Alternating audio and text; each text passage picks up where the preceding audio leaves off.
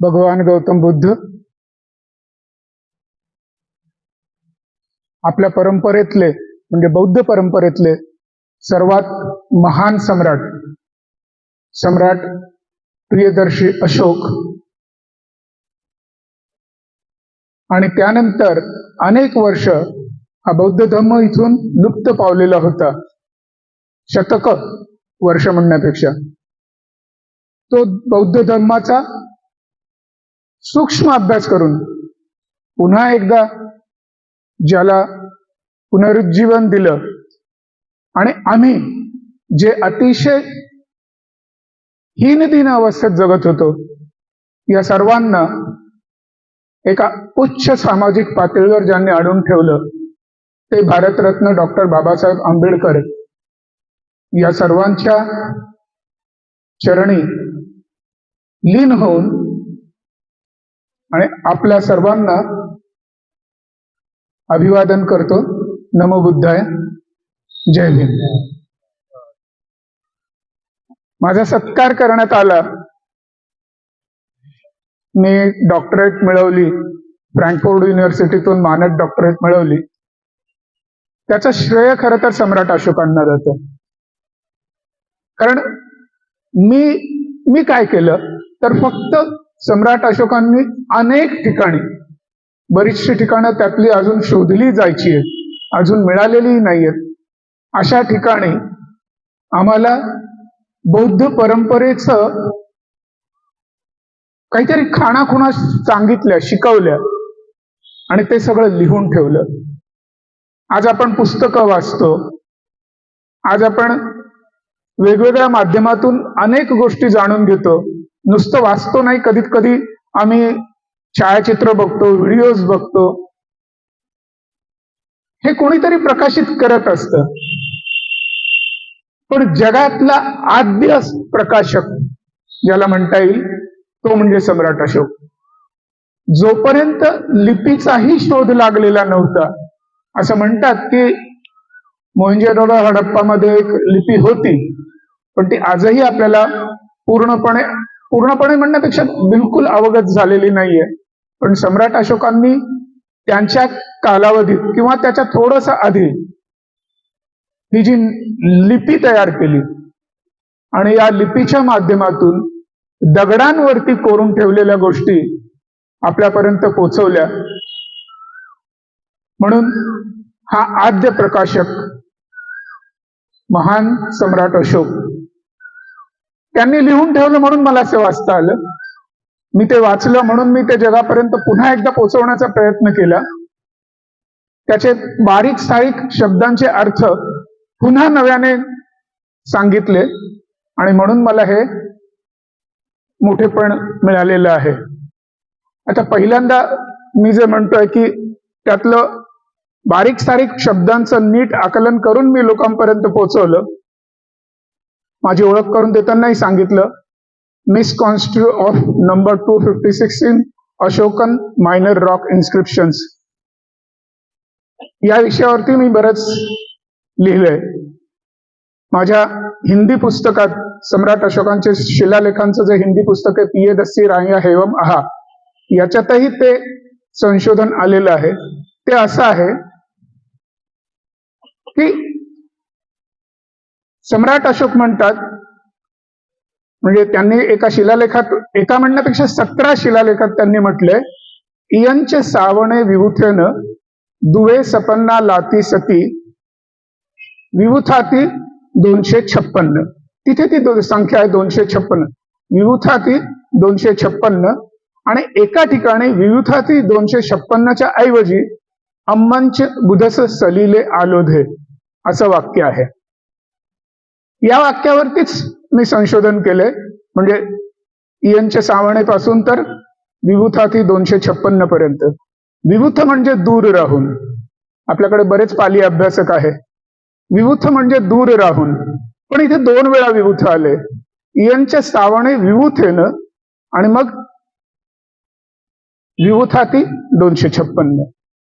तर हे 2 विभूथ जे आलेत आणि 256 ही संख्या आली आहे, हा नवन अर्थ सांगण्यापूर्वीपर्यंत लोक असं म्हणायचे, विद्वान अर्थात लोक म्हणण्यापेक्षा विद्वान असं म्हणायचे की 256 दिवस सम्राट अशोक भ्रमंती करत होते, म्हणजे यात्रा करत होते.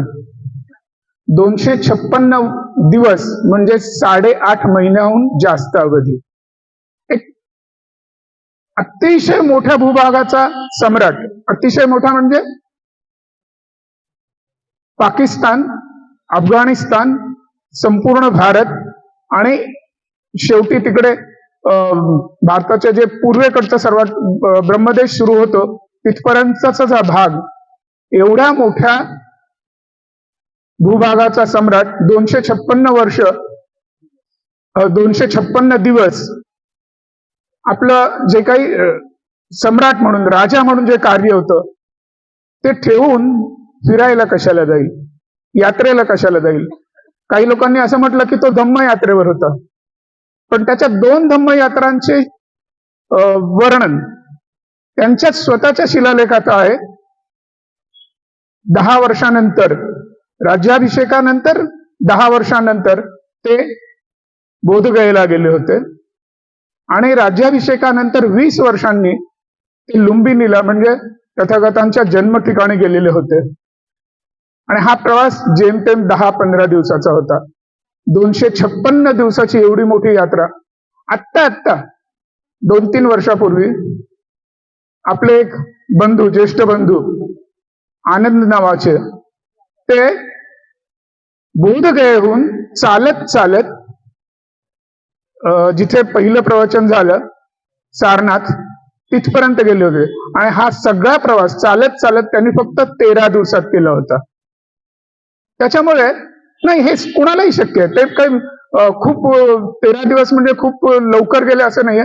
सामान्य माणसाच्या चालीने गेले आणि 13 दिवसात पोहोचले. प्रत्येक दिवशी रात्रीचे ते जिथे जिथे गाव असेल तिथे विश्रांती घ्यायचे आणि सामान्यपणे आपण ज्या वेगाने चालत राहतो त्याच वेगाने त्यांनी प्रवास केला.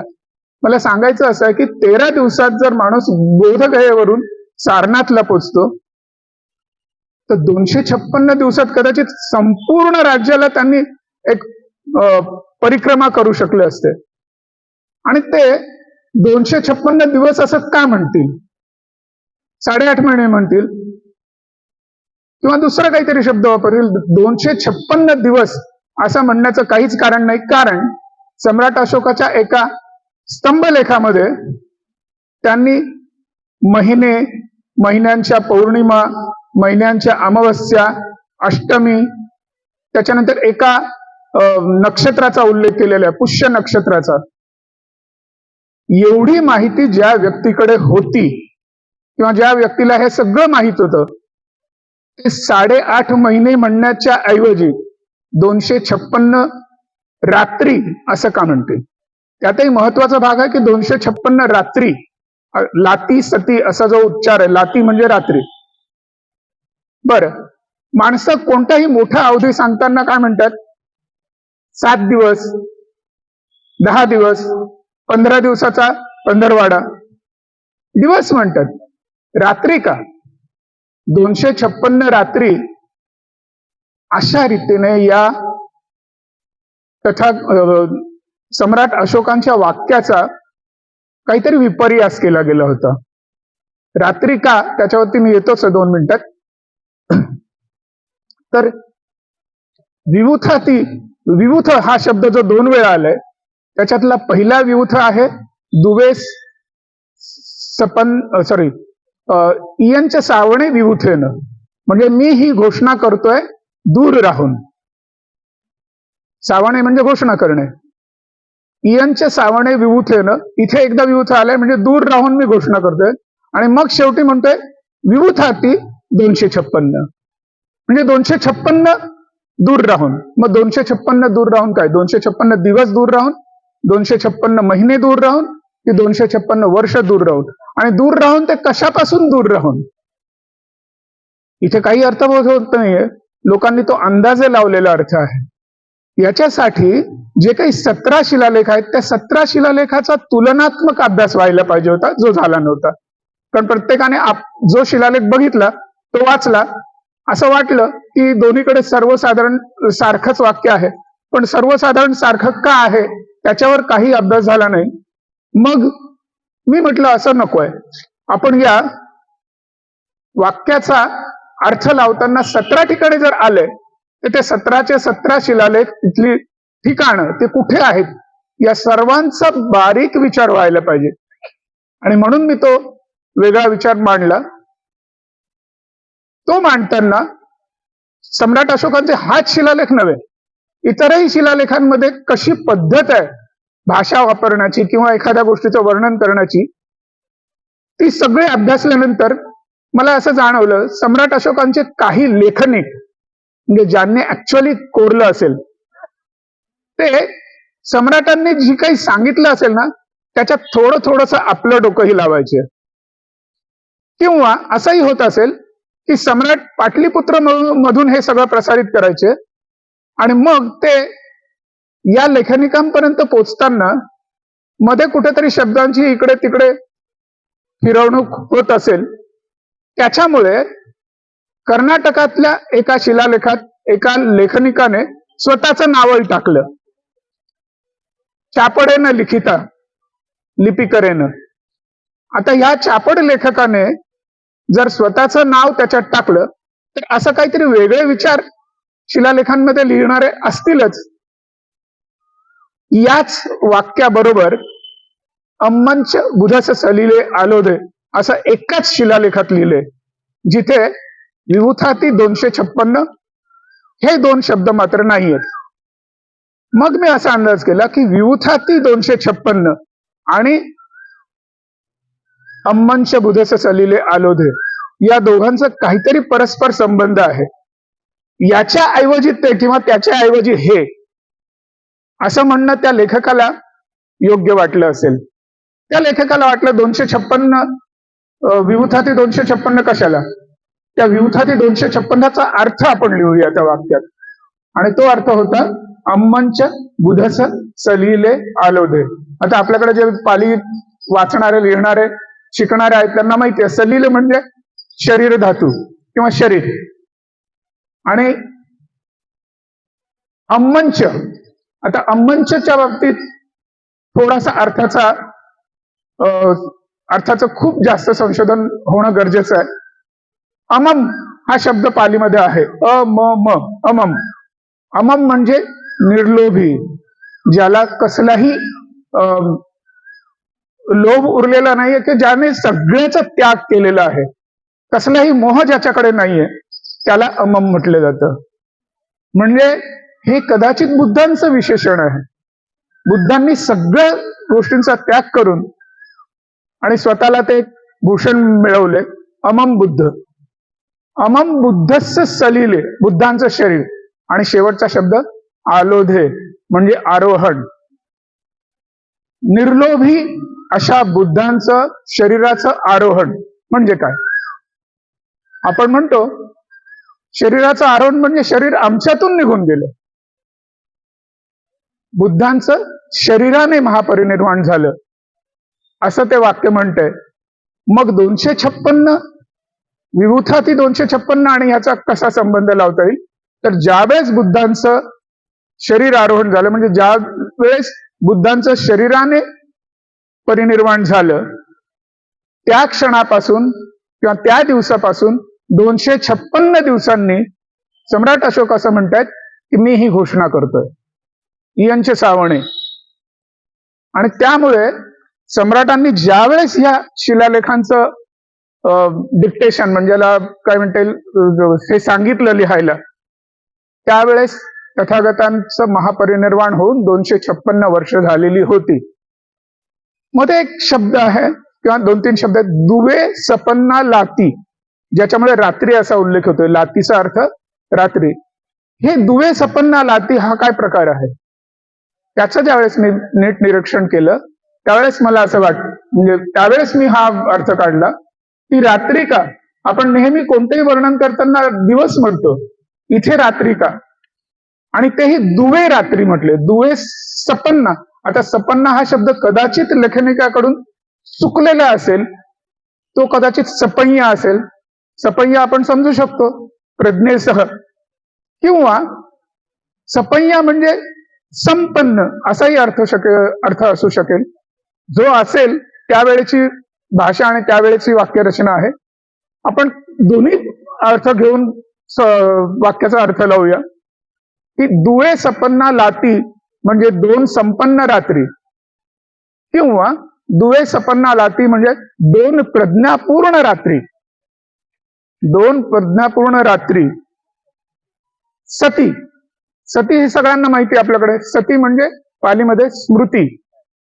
तर 2 दिवस प्रज्ञेनं आम्ही तथागतांचं स्मरण करतोय. रात्री आणि दिवस घरापासून दूर राहून. विभूथाती दुवे सपन्ना लाती सती, विभूथेनं दुवे सपन्ना लाती सती.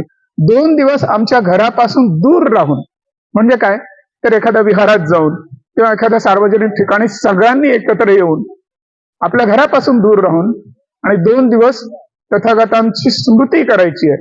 सती म्हणजे स्मृती. कधी करायची आहे ती, तर तथागतांच्या महापरिनिर्वाण समयी, त्या दिवशी, त्याच्या मागचे पुढचे असे मिळून 2 दिवस. मला वाटतं तथागतांना अभिवादन करण्याची ही सम्राट अशोकांची त्यांच्या काळातली पद्धत आजही अनुकरणीय आहे. आजही आपण जर बुद्ध पौर्णिमेला 1 दिवस आधी 1 दिवस नंतर विहारात जाऊन बसलं आणि तथागतांच्या जे काही शिकवण आहे ते आपण आठवत राहिलो तर ते तथागतांना अतिशय योग्य असं अभिवादन होईल. त्यांचं स्मरण करणं, त्यांचे शिकवणीचं स्मरण करणं त्या 2 दिवसात ही अतिशय सुंदर अशी कल्पना सम्राट अशोकांनी त्यांच्या प्रजेला दिली. त्यांच्या प्रजेला म्हणजे शेवटी कोणाला, आम्हाला. म्हणून आपण त्यांची ही सम्राट अशोक जयंतीच्या दिवशी ही शिकवण पुन्हा एकदा विचारात घेऊ, आत्मसात करू, म्हणजे सम्राट अशोकांना योग्य प्रकारे आपण अभिवादन केलं असं होईल. जसं आधी सांगितलं गेलं की सम्राट अशोक हे युद्धानंतर त्याची दुःखद ज्या भावना होत्या त्याच्यातून त्यांनी बौद्ध धम्म स्वीकारला, ही गोष्ट खरी नाहीये. हे गणपती बाप्पा म्युझियम मध्ये बाळासाहेबांनी संपूर्ण जगाला सांगितलंय. त्याचे काही पुरावे मी पण शोधून काढले सम्राट अशोकांच्या शिलालेखातून, आणि ते तुम्हाला सगळ्यांना माझ्या पुस्तकात वाचायला मिळतीलच. पांगुरारिया हे गाव आहे मध्य प्रदेशात, जिथे सम्राट अशोकांचा लघु शिलालेख रेग्युलर जसा असतो तसा आहे.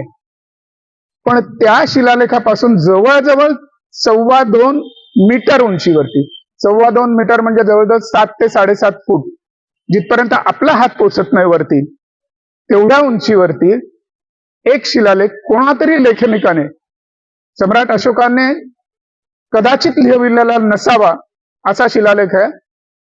इयदस्सी नाम राजकुमार व संवसमाने इमम देशम पपुनिथ विहारयाताये. तर याचाही अर्थ आतापर्यंतच्या विद्वानांनी थोडासा चुकीचा लावला होता की 256 दिवसांची जी यात्रा आहे ना, त्याचाच संदर्भ दिला इथे तसं काही संदर्भ नाहीये, तरी पण दिला की सम्राट अशोक ज्यावेळेस यात्रेवर होते त्यावेळेस त्यांचा राजकुमार इथे होता आणि त्याला भेटून आणि पुढे कुठेतरी एक पपुनिथ नावाचं विहार होतं, तिकडे सम्राट गेले.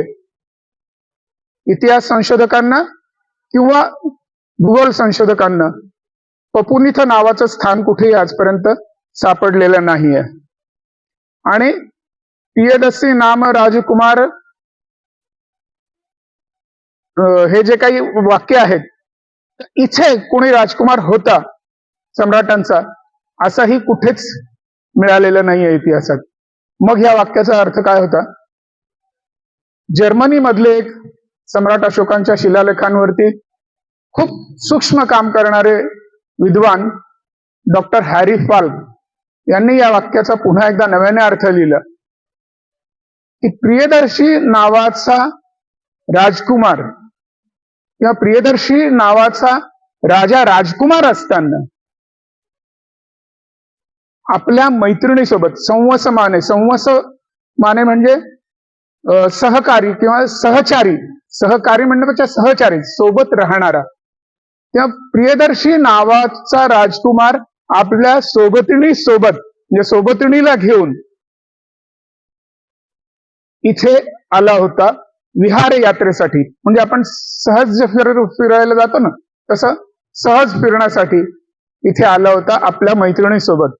आता हे ठिकाण आहे ना, ते उज्जैन किंवा विदिशा म्हणजे आपल्या सांचीच्या जवळचं ठिकाण, या ठिकाणाहून इक्वी डिस्टन्स म्हणजे सारखंच अंतर आहे. उज्जैन पासून 60-65 किलोमीटर हे अंतर आहे. विदिशा पडूनही 60-65 किलोमीटर अंतर आहे. सम्राट अशोकांची मैत्रीण विदिशा देवी, जिच्याशी त्यांचा नंतर विवाह झाला आणि त्यांना 2 मुलं झाली, ती दोन्ही मुलं संघात गेली. ती विदिशा जी बौद्ध कुटुंबातली होती, ती विदिशा त्यांना अशा ठिकाणी फिरायला घेऊन येते की जिथे आजूबाजूला सगळे बदंत राहत होते, भिक्षू राहत होते. त्याचा पुरावा काय, तर तिथे 9 स्तूप आहेत आणि स्तूप जनरली बदंतांच्या अस्थींवरती किंवा बदंतांच्या शरीर अवशेषांवरती उभारले जातात. तिथे जर 9 स्तूप आहेत आणि तिथे गुहा आहेत, बऱ्याचशा नैसर्गिक गुहा, म्हणजे इथे बदंत वास करत होते आणि त्यांचे हे स्तूप आहेत. तिथे फिरायला म्हणून त्यांची मैत्रीण घेऊन येते विदिशा, कारण ती तिथे जवळ आहे ना. यांचं हे उज्जैनमध्ये राजकुमार महामात्र किंवा उपराजा म्हणून राहत होते उज्जैनमध्ये. तिथून विदिशाला घेऊन ते इथे येतात. इथेच काय येतात, तर तिथे बदंत देसना देत आहेत. म्हणून याच्यावरून निष्कर्ष असा काढलाय हॅरी फाल्कने की ते तेव्हापासून बौद्ध होते. म्हणजे 18-19 वर्षाचा असताना पासून, आणि ते बदंतांच्या निवासस्थानी जाऊन राहत होते. एवढा त्यांच्यावरती हा बौद्ध धम्माचा, विचारांचा त्यांच्यावरती परिणाम म्हणण्याचा पगडा होता. आणि म्हणून सम्राट अशोक वयाच्या 18 पासून बौद्ध झालेले होते. कलिंगच्या काळामध्ये, युद्धाच्या काळामध्ये त्यांना परिणिती झाली. हा सगळा इतर लोकांनी केलेला विपर्यास आहे, हा खरा अर्थ नव्हे. बाळासाहेब थोरात यावर विस्तृत बोलतीलच. मी फक्त एक संकल्पना म्हणून तुम्हाला सांगितलं आणि माझ्या संशोधनातल्या ज्या विषयास संबंधित आहे म्हणून मी तुम्हाला सांगितलं. आपण मला बरेच ऐकून घेतलं. आपले मी आभार मानतो आणि इथे थांबतो.